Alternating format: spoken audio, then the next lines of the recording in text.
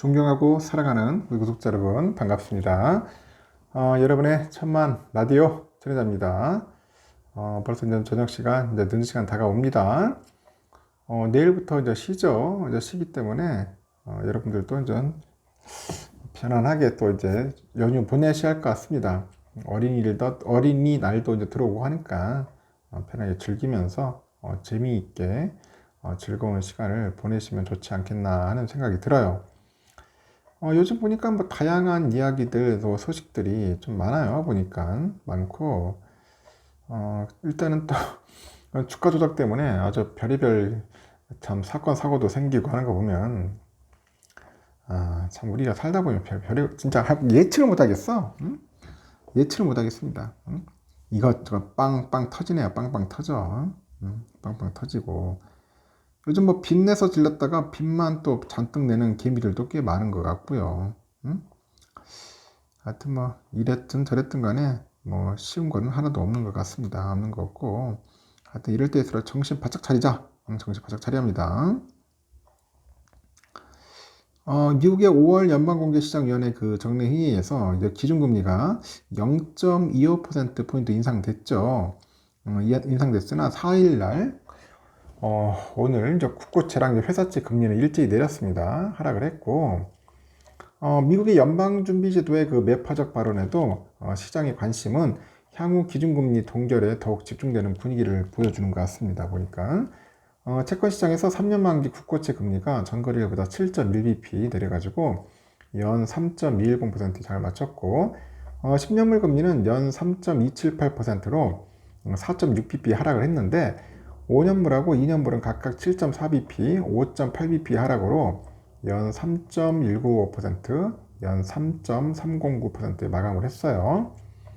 20년물은 연 3.335%로 3.0bp 내렸고, 30년물하고 50년물은 각각 2.9bp, 2.8bp 하락으로 연 3.334%, 연 3.325%를 기록을 했네요.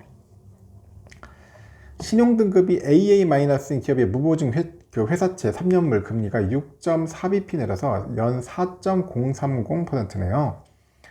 신용등급이 BBB-인 기업의 무보증 회사채 3년물 금리가 6.2bp 하락해서 10.411%입니다. 양도성 예금증서 91일물하고 기업보험 91일물 금리는 각각 3.5, 3.97%로 보합세고, 연준은 FOMC 정리회의에서 기준금리를 0.25%포인트 올리기로 결정했죠. 근데 세 차례 연속 베이비 스텝을 단행을 해가지고 미국의 기준금리는 연 5.0에서 5.25%가 됐습니다. 제롬 파월 연준의장은 기자회견에서 더욱 제약적인 통화정책, 이 통화정책이 필요하다면 우리는 더 많은 일을 할 준비가 되어 있다 합니다.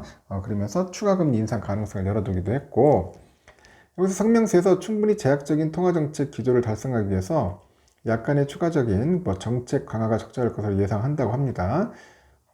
예상한다는 그런 내용이 좀 빠지면서 시장은 금리 인상 중단 가능성에 더욱 주목을 했죠. 한국은행도 이번 결정으로 연준의 금리 인상 사이클이 마무리 단계에 다가가고 있는 것으로 이제 보인다고 평가를 했어요. 앞서서 이제 이 같은 금리 인상 중단에 대한 기대감으로 미국 시장에서 미국 국채 2년물하고 10년물 금리가 각각 14bp, 8bp 넘게 하락을 해가지고 강세를 마감을 했고, 이와 연동해서 이날 국내 채권 시장도 강세를 보인 것으로 풀이됩니다. 채권 금리와 가격은 반대로 움직이죠, 여러분. 실리콘밸리 은행의 파산 이후 신용 여건 제약으로 연준의 긴축 카드가 얼마 남지 않았다는 인식이 강화했다. 파월 의장이 이번 기자회견에서 중소형 은행이 대출하고 신용 여건 점검을 강조한 건 역시 매파 성향을 낮추는 근거로 볼 수 있다고 합니다. 그러면서 이번 FOMC에 대한 금융시장 반응은 주식시장을 제외하면 대부분 비둘기 성향을 반영했다. 대외 금리 차등을 고려하면 국내 추가 금리 인상 가능성은 작다고 그런 이야기들이 들리기 시작하는 것 같습니다. 하여튼 그래요. 재밌네요, 보니까. 하여튼 미국 시장 한번 상황도 우리가 잘 챙겨 보셔야 할 것 같아요. 그래야지 앞으로 또 어떻게 돌아갈지는 좀 더 한번 보일 것 같고, 진짜 그러다 보니까 우리나라도 약간 영향을 좀 많이 받는 것 같습니다. 장이 좀 영향을 받아가지고 뭐 그런 이야기들이 있고요. 요즘 또 증권사에 돈을 빌려 투자했다가 주가가 폭락을 해가지고 이 강제로 주식을 매도당하는 반대매매, 이 반대매매가 이게 17년 만에 이제 최대까지 치솟았습니다. 응? 와, 이제 작년에도 반대매매 많이 나오더니 더 심하네. 반대매매 가능성이 있는 미수금 규모도 덩달아 늘고 있고 비투 후유증을 좀 우려하는 목소리도 커지고 있어요. 그러다 보니까 오늘도 그 금융투자협회에 따르니까 2일날 기준 미수 반대매매 금액이 563억 1,500만 원입니다. 2006년 5월 이후 최대 기록이에요. 최대 기록. 지난달 중순까지 그 하루 평균 100억 원대에 머물렀던 반대매매 규모가 지난달 26일 351억 원으로 급증하더니 지난 2일까지 가파른 상승 곡선을 그립니다. 그리고 2006년 반대매매 급증 이후로 금융당국의 규제가 강화된 점을 감안하니까 사실상 최대치라는 분석이 금융투자업계에서 나오고 있고, 이 미수거래는 통상 증권사의 매수 대금의 40%만 예치하고요, 주식을 사는 것을 의미하죠. 자기 돈 40만 원이 있으면 최대 60만 원까지 빌려가지고 100만 원어치 주식을 사는 건데, 이 미수금을 이틀 후까지 넣지 않으면 증권사는 이튿날 그 고객이 보유한 주식을 자동으로 매매합니다. 자동으로. 자동으로 매매한다. 이렇게 일 반대매매 급증은 지난주 CFD 발 그 주가 폭락이 한창일 때, 그 기존에 증권사 돈을 빌려가지고 그 하한가 주식을 산 투자들이 현금 주식을 청산당한 사례가 많았기 때문이라고 부릅니다. 그냥 폭락했다고 사는 게 아니에요, 여러분. 절대로 하지 마시고.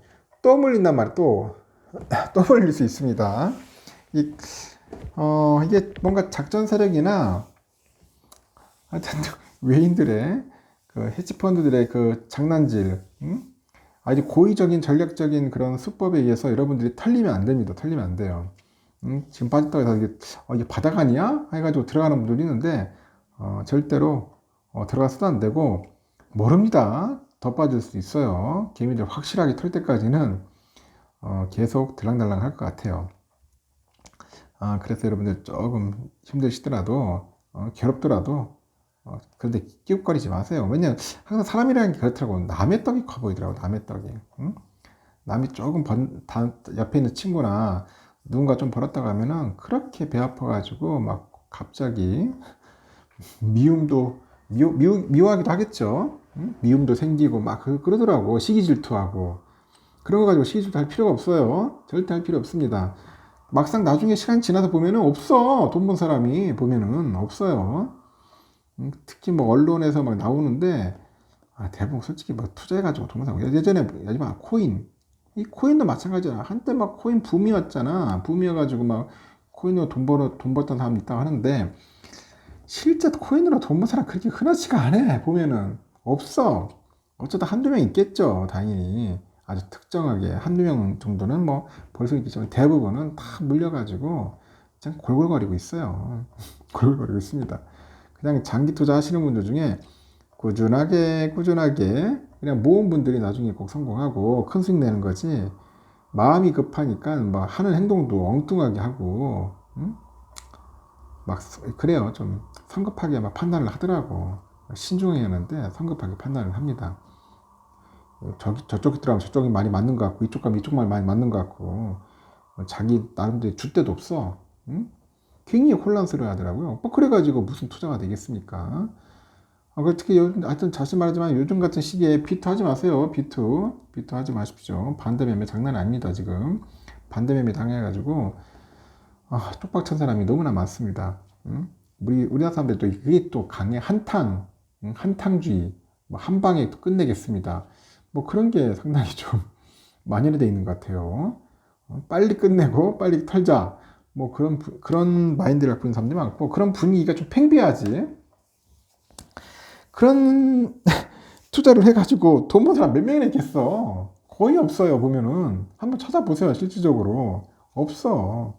타들 보면은 뭐 계좌가 막 마이너스 나중에 보면은 그냥 우량 종목 사가지고 그냥 버텨. 존버하는 게 존버하면 됩니다. 존버하다 보면은 좋은 일 온다니까요. 전에 전 이야기 한번 진짜 명심하시고 참고해서 한번 따냈으면 좋겠습니다. 아주 저는 그렇습니다. 우리 버핀 형님처럼 존버 정신, 존버로 가자. 대신 조건이 있다. 그 기업을 잘 선택해야 합니다. 뭐 삼성전자는 뭐 좋지만은 삼성이 별로 마음에 안 들면은 잘 보시고 선택 잘 하셔서 여러분들 꼭 성공했으면 좋겠습니다. 절대로 비투하지 말자. 여기까지.